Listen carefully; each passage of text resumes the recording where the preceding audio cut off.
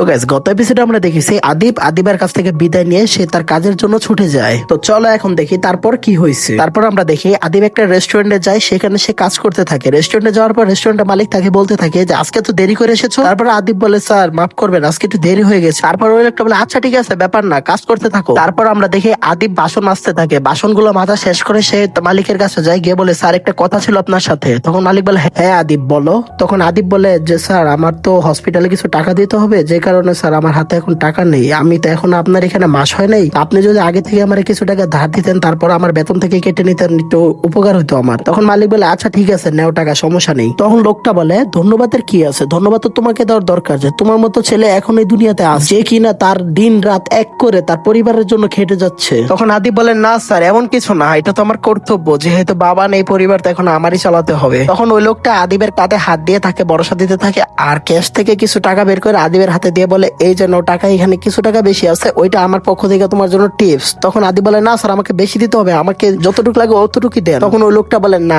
ওইটা আমি দিয়েছি তোমাকে গিফট হিসাবে, ওইটা তুমি রাখো, তোমার অনেক দরকার পড়বে। তখন আদিব বলে ধন্যবাদ স্যার, আপনি আমাকে যতটুকু করছেন কোনো মানুষ কেউ ওর জন্য এতটুকু করে না। তারপর লোকটা বলে দেখো আমার কোনো ছেলে নাই, তোমাকে দেখলে আমি আমার নিজের ছেলের মতো মনে হয়, তাই তোমাকে এরকম আগলে রাখি। তারপর আদিব বলে স্যার আমাকে তাড়াতাড়ি বাড়িতে যেতে হবে, কারণ আরিশা না হয় আমার জন্য অনেক অপেক্ষা করবে। তো এখন এখানে অনেকের মনে খটকা থাকতে পারে যে আরিশাটা কে, তো এটা আমরা সামনে দেখতে পারবো যে আরিশাটা কে। তখন লোকটা বলে হ্যাঁ হ্যাঁ ঠিক বলেছো, তোমার কাজ তো সব শেষই, তাহলে তুমি বাড়িতে চলে যাও। তখন আদিব বলে আচ্ছা স্যার ঠিক আছে, ভালো থাকেন, কালকে আসবো আবার। তারপর আদিব বের হয়ে চলে যেতে থাকে, তখন হঠাৎ করে পিছন থেকে তার স্যার তাকে ডেকে বলে এই এদিকে আসো। তারপর আদিব তার স্যারের কাছে যায়, স্যারের কাছে যাওয়ার পর সে বলে স্যার আমার কি কোনো ভুল হয়েছে? তখন তার স্যার বলে হ্যাঁ অনেক বড় ভুল হয়েছে, তুমি খাবার না নিয়ে কোথায় যাচ্ছ? তখন আদিব বলে স্যার কিসের খাবার? তখন তার স্যার বলে এখন কি তুমি বাসায় গিয়ে আবার রান্না করবে? তখন আদিব বলে হ্যাঁ স্যার এখন গিয়ে রান্না করবো। তখন বলে কোনো রান্না করতে হবে না, যাও কিচেনে থেকে তুমি খাবার নিয়ে যাও, গিয়ে তারপর তুমি আর আরিশা খেয়ে নিও। তখন আদিব বলে না স্যার এটার কোনো দরকার নেই, আমি বাসায় গিয়ে রান্না করে নিবো। তখন তার স্যার একটা ধমক মেরে বলে সারাদিন এত কাজ করো, করে এখন আবার বাড়িতে গিয়ে আবার কাজ করবে, আবার রান্না করবে, দরকার নেই, এখান থেকে খাবার নিয়ে তারপর যাও। তারপর আর কি আদিবের আর কিছু করার থাকে না, তারপর সে এখান থেকে খাবার নেয়, খাবার নিয়ে তারপর সে বাড়ির দিকে রওনা হয়। তারপর আমরা দেখি আদিব সাইকেল চালিয়ে বাড়িতে চলে আসে। বাড়িটা দেখতে